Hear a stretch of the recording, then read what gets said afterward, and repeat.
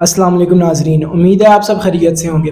آج ہم ایتھیسٹ یا ملحدین کا اسلام کے بارے میں اٹھنے والے اعتراض کے بارے میں بات کریں گے۔ ہم جب اسلام کو دیکھتے ہیں اور دیگر مذاہب کو دیکھتے ہیں تو ان سب کی بنیاد ایک ہی ہے۔ مثلاً کرسچینز سلیب کی عبادت کرتے ہیں، ہندوازم کے اندر ہندو بتوں کی عبادت کرتے ہیں، اور جوڈیزم کے اندر یہودی پتھروں سے بنی ہوئی دیواریں گریا کی عبادت کرتے ہیں۔ اور پھر ہم مسلمانوں کو دیکھتے ہیں، پوری دنیا کے مسلمان بیت اللہ کی عبادت کرتے ہیں، جو کہ وہ بھی پتھروں سے ہی بنا ہوا ہے۔ تو اس سے ثابت ہوا کہ ان تمام مذاہب کی بنیاد تو ایک ہی ہے۔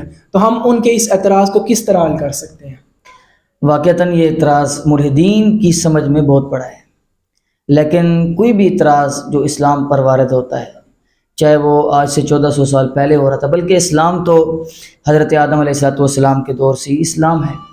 تمام انبیاء اسلام کے ہی فالورز تھے، اور اسلام ایک نظام ہے، اور تمام انبیاء اس نظام کو ہی لے کر پوری دنیا میں آئے، اور اللہ تعالیٰ کے نظام کو، اللہ کی حاکمیت کو پوری دنیا میں پھیلائے۔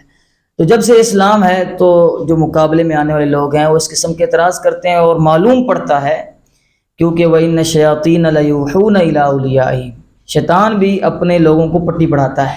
تو ہمیں ان کے اعتراضات بہت بڑے معلوم پڑتے ہیں، ہوتے نہیں ہیں۔ اس اعتراض کے دو پہلو ہیں۔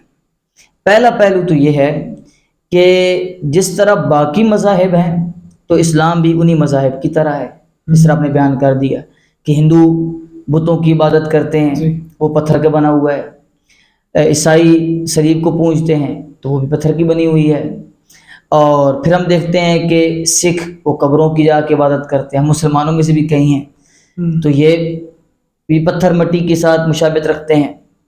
مسلمانوں کو دیکھتے ہیں تو وہ بیت اللہ کی عبادت کرتے ہیں۔ آپ نے یہ لفظ بولا کہ بیت اللہ کی عبادت کرتے ہیں، حالانکہ جب میں اس کو حل کروں گا تو ہم بیت اللہ کی عبادت نہیں کرتے۔ اولاً تو یہاں سے بنیاد غلط ڈلی جو لوگوں کے ذہنوں میں ڈال دیا، ہم بیت اللہ کی عبادت کرتے ہی نہیں ہیں۔ بہرحال جب ہم دیکھتے ہیں کہ تمام مذاہب کی بنیاد ایک ہے، تو جب تمام مذاہب سیم ہوئے تو معلوم ہوا کہ تمام مذاہب غلط ہیں۔ تمام مذاہب غلط کیسے ہوئے؟ تو مسلمان کہتے ہیں ہندو غلط ہیں، سکھ غلط ہیں، یہودی غلط ہیں، عیسائی غلط ہیں، وہ کہتے ہیں اسلام غلط ہے، تو مطلب سارے غلط ہیں، کیونکہ سب کے اندر چیزیں تو سیم پائی جا رہی ہیں۔ بالکل یہ اعتراض کا ایک پہلو آ گیا کہ تمام مذاہب سیم ہیں، تمام ایک دوسرے کو غلط کہتے ہیں، لہٰذا تمام ہی غلط ہوئے۔ دوسرا اس اعتراض کا پہلو یہ ہے کہ دیکھیں کہ مسلمان یہ پتھروں کی عبادت کرتے ہیں، اور پتھروں کی عبادت اپنے اسلام کے مذہب میں، یعنی اسلام کے اندر جتنے بھی انبیاء آئے، میں نے آپ کو بتایا کہ صرف اسلام ہمارا مذہب نہیں بلکہ اسلام دین ہے، قانون ہے، ایک شریعہ ہے جو آدم علیہ السلام سے لے کر تمام انبیاء نے اس شریعت کی بات کی۔ یہ ایک الگ ٹاپک ہے، اس پر بھی ہم ویڈیو کر لیں گے۔ بہرحال پتھروں کی بات، اللہ کے ماں سوا کسی بھی ہستی کی عبادت تو شرک ہے، تو مسلمان صاف ظاہراً شرک کا ارتکاب کر رہے ہیں۔ یہ دو اعتراض کے پہلو ہیں۔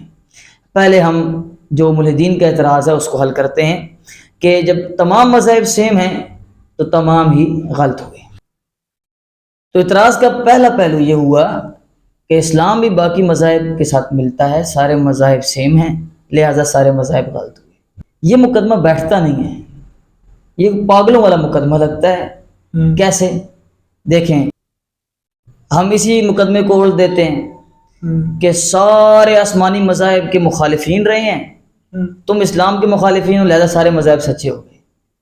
یہ بھی تو سیم چیز پائی جاتی ہے۔ تو دو چیزوں کا آپس میں اشتراک مل جانا یہ اس چیز کی علامت نہیں ہوتی کہ ایک بھی غلط ہے دوسری بھی غلط ہے۔ مثلاً سارے مذاہب والے خدا کو مانتے ہیں، ہر مذہب کے اندر خدا کا ایک تصور ہے، حتیٰ کہ ہندو بھی خدا کے بارے میں ایک نظریہ رکھتے ہیں۔ تو کیا خدا کا ہی انکار کر دیا جائے؟ نہیں، بالکل بھی نہیں کرنا چاہیے۔ اچھا، حضرت ابراہیم علیہ السلام ایک ایسی متفقہ شخصیت ہے جس پر تمام مذاہب اتفاق کرتے ہیں، یعنی کہ حتیٰ کہ ہندو بھی جو اپنے بڑے ہیں ان کے متعلق کہتے ہیں کہ وہ ابراہیم تھے، باقاعدہ کتابیں لکھی گئی ہیں اس کے اوپر کہ ہندوؤں کے جو اصل پیغمبر تھے وہ حضرت ابراہیم علیہ السلام تھے۔ تو کیا ہم حضرت ابراہیم علیہ السلام کو غلط کہنا شروع کر دیں؟ تو یہ جو اشتراک ہے یہ غلط ہونے کی دلیل نہیں ہے۔ پہلی چیز تو یہ سمجھنے کی ہے کہ کوئی بھی دو چیزیں مل جائیں تو کیا سب غلط؟ ایسی بات نہیں. دیکھیں اس کو اس طرح سمجھیں، ایک پاگل آدمی آپ کے سامنے آتا ہے، پاگل بھی اسی طرح کھاتا ہے جس طرح آپ کھاتے ہیں، پاگل بھی اسی طرح پیتا ہے جس طرح آپ پیتے ہیں، پاگل بھی اسی طرح باتیں کرتا ہے جس طرح آپ کرتے ہیں. تو آپ پاگل میں اور ایک صحیح انسان میں اشتراک پایا جا رہا ہے، تم کیا کہیں گے کہ یہ صحیح بھی پاگل ہے؟ نہیں، بالکل نہیں. اشتراک پایا جا رہا ہے. تو اشتراک ہونا یہ دو چیزوں کو سیم نہیں کرتا، بلکہ ذات کے اندر، اس کی حقائق کے اندر اختلاف ہو سکتا ہے. دیکھیں اس کی ایک مثال ہے کہ ایک برانڈ لانچ ہوا، وہ برانڈ پوری دنیا میں چھا گیا. جیسے مثلا آپ ایپل کو لے لیں، ایپل ایک بہت بڑا برانڈ ہے. اب ایپل کی کاپی پر ایک اور برانڈ کھلتا ہے، وہ لوگو بھی ایپل کا چوری کر لیتا ہے، فنکشنز بھی اوپو کے چوری کر لیتا ہے. اب آپ کیا کہیں گے کہ دونوں ایپل فون سیم ہو گئے ہیں، لہٰذا دونوں ہی اصل برانڈ ہیں؟ نہیں، بالکل بھی نہیں. بلکہ اصل برانڈ تو وہی ہے جس بندے نے بنایا تھا، دوسرا اس کی کاپی کرتے ہوئے وہاں تک پہنچ گیا. تو ہم کہتے ہیں اسلام ایک سچا مذہب ہے، باقی مذاہب والے ان کے اندر گمراہیاں آتی رہیں، یا جو بھی وہ مذاہب اختیار کرتے رہے اپنی طرف سے، تو وہ اسلام کی کاپی کرتے ہوئے اسلام تک پہنچ گئے. اس سے یہ ثابت نہیں ہوتا کہ اسلام بھی غلط ہے. تو اشتراک یہ غلط ہونے کی دلیل نہیں ہے، یہ اس اعتراض کا ایک پہلو ہے. سمجھے جی. اب اس کا دوسرا پہلو لے لیتے ہیں کہ آپ نے کہا ہے کہ جس طرح ہندو بتوں کی عبادت کرتے ہیں، یہودی دیوار گریا کی عبادت کرتے ہیں، عیسائی صلیب کو نفع نقصان کا مالک سمجھتے ہیں، اسی طرح مسلمان بھی خانہ کعبہ کی عبادت کرتے ہیں. یہ بات ہی غلط ہے. اچھا. یہ بات ہی 100% غلط ہے. آپ کہیں گے کیوں غلط ہے؟ بھئی غلط اس لیے ہے کہ مسلمانوں کی جہالت ہے یا ان کے اندر کوئی بات پھیلا دی گئی. اگر ایک مسلمان کا یہ عقیدہ ہے کہ وہ خانہ کعبہ کی عبادت کرتا ہے، خانہ کعبہ کو نفع نقصان کا مالک سمجھتا ہے، خانہ کعبہ کو الہ سمجھتا ہے، تو وہ تو کافر ہے، وہ تو شرک کا ارتکاب کر رہا ہے. بالکل، وہ ایک قسم سے پتھر کی عبادت کر رہا ہے. پتھر کی عبادت کر رہا ہے. ہم خانہ کعبہ کی عبادت نہیں کرتے. اس پر دلیل کیا ہے؟ دلیل یہ ہے کہ حجر اسود جنت کا پتھر ہے. بالکل. مسلمان اسے عقیدت کے ساتھ چومتے ہیں، ہمارے نبی کی سنت ہے چومنا. جی. بیت اللہ کے ساتھ لگا ہوا ہے. حضرت عمر فاروق رضی اللہ تعالیٰ عنہ، مشکات کے اندر یہ حدیث موجود ہے کہ چھڑی لے کر آئے اور اس حجر اسود کو مارا، اور مارنے کے بعد کہتے ہیں انک حجر، بے شک تو ایک پتھر ہے، لا تنفع ولا تضر، نہ تو نفع کا مالک ہے نہ تو نقصان کا مالک ہے. ہاں میں تجھے چوم اس لیے رہا ہوں کہ میرے نبی نے چوما ہے. تو ثابت یہ ہوا کہ ہم پتھر کی عبادت نہیں کرتے، ہم بیت اللہ کی عبادت نہیں کرتے، اسے نفع نقصان کا مالک نہیں سمجھتے، ہم اللہ کے حکم کی عبادت کرتے ہیں. تو پھر ہمیں کیا ضرورت پڑ گیا؟ پوری دنیا کے مسلمان بیت اللہ کو سجدہ کرتے ہیں، نماز. ضرورت یہ پڑی ہے کہ دیکھیں یہ قبلہ ہے، اسے ہم کیا کہتے ہیں؟ قبلہ کا مطلب کیا ہوتا ہے؟ جہت، طرف. یہ اتحاد کی علامت ہے. ایک مسجد ہے، عبادت گاہ ہے، اس کے اندر ایک آدمی نے مشرق منہ کیا ہوا ہے، ایک نے مغرب منہ کیا ہوا ہے، ایک نے شمال کیا ہوا ہے، ایک نے جنوب کیا ہوا ہے. اتحاد باقی رہے گا؟ بالکل بھی نہیں. پاکستانی ہیں وہ شمال کے اندر منہ کر رہے ہیں، باقی ہیں وہ مغرب کے اندر منہ کر رہے ہیں، اور کہتے ہیں کہ ہم اسی طرف عبادت کریں گے. تو جس طرح باقی مسلمانوں کے درمیان تفرقہ بازیاں ہیں، تو پھر ایک نئی تفرقہ، یہ شمالی ہے اور یہ جنوبی ہے اور یہ مغربی ہے اور یہ مشرقی، ایک نئی تفرقہ بازی شروع ہو جاتی. اتحاد کی علامت، ورنہ تو ہمیں کیا ضرورت ہے کہ ہم ہر سال کے بعد پیسے لگا کے حج کرنے جائیں. اللہ تعالیٰ کا حکم اور ہم اتحاد کے لیے جاتے ہیں، اتحاد ثابت کرنے کے لیے، شو کرنے کے لیے. بھئی مسلمان ایک جان، ایک جسم ہے، اور سب کا رخ ایک جانب ہو جائے، اس لیے قبلہ بنایا گیا، جہت بنایا گیا، طرف بنایا گیا. اس کے علاوہ بیت اللہ کی کوئی حیثیت نہیں. ہاں وہ اللہ کا گھر ہے، اس کے اوپر اللہ تعالیٰ کی رحمتیں نازل ہوتی ہیں، سب کچھ ہے، لیکن ہم اسے نفع نقصان کا مالک نہیں سمجھتے. اب دیکھیں پھر بھی عبادت تو ہم کر رہے ہیں نا. فرق کہاں سے آیا؟ فرق یہاں سے آیا کہ ہندو اس پتھر کو ہی بھگوان سمجھ رہے ہیں، کہتے ہیں اس کے اندر خدا حلول کر گیا، یہ ہمارے نفع نقصان کی مالک ہے۔ عیسائی کہتے ہیں صلیب ہمارے نفع نقصان کی مالک ہے، ہندو کہتے ہیں یہ دیوار گریا ہی ہمارے نفع نقصان کی مالک ہے، اس سے جا کے مانگ رہے ہوتے ہیں۔ ہم بیت اللہ سے جا کے نہیں مانگتے، ہم اللہ سے مانگتے ہیں۔ یہ بہت بڑا فرق ہے جو باقی مذاہب سے اسلام کو جدا کر دیتا ہے۔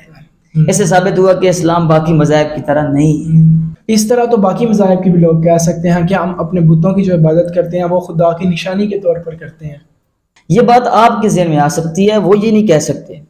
اس کی بنیادی وجہ ہے، بنیادی وجہ یہ ہے کہ آپ کسی بھی مذاہب کے آدمی سے مل لیں تو ان کا باقاعدہ نظریہ یہ ہے کہ وہ انہی بتوں کی عبادت کرتے ہیں۔ اور دوسری بات جو بنیادی بات ہے کہ دیکھیں اسلام میں بیت اللہ کے سامنے سجدہ ریز ہونا، اس طرف جہت کرنا، یہ ہماری مذہب کی جو کتاب بنیادی کتاب قرآن پاک ہے اس کے اندر اللہ تعالیٰ نے کہا ہے کہ فَإِنَّمَا تُوَلُّوا فَثَمَّ وَجْهُ اللَّهِ، اور دوسرے پارے کے پہلے صفحے پر کہ آپ کے لیے یہ قَدْ نَرَىٰ تَقَلُّبَ وَجْهِكَ فِي السَّمَاءِ فَلَنُوَلِّيَنَّكَ قِبْلَةً تَرْضَاهَا، کہ میرے محبوب ہم آپ کا چہرہ بار بار آسمان کی طرف پلٹنا دیکھ رہے ہیں اور ہم جانتے ہیں کہ آپ یہ چاہتے ہیں کہ بیت اللہ قبلہ بن جائے، تو ہم نے آپ کی چاہت کو پورا کر دیا اور ہم نے بیت اللہ کو، یعنی بتانے کا مقصد یہ ہے، بات کرنے کا مقصد یہ ہے کہ ہماری کتاب کے اندر یہ بات درج ہے کہ تم بیت اللہ کی طرف منہ کرو،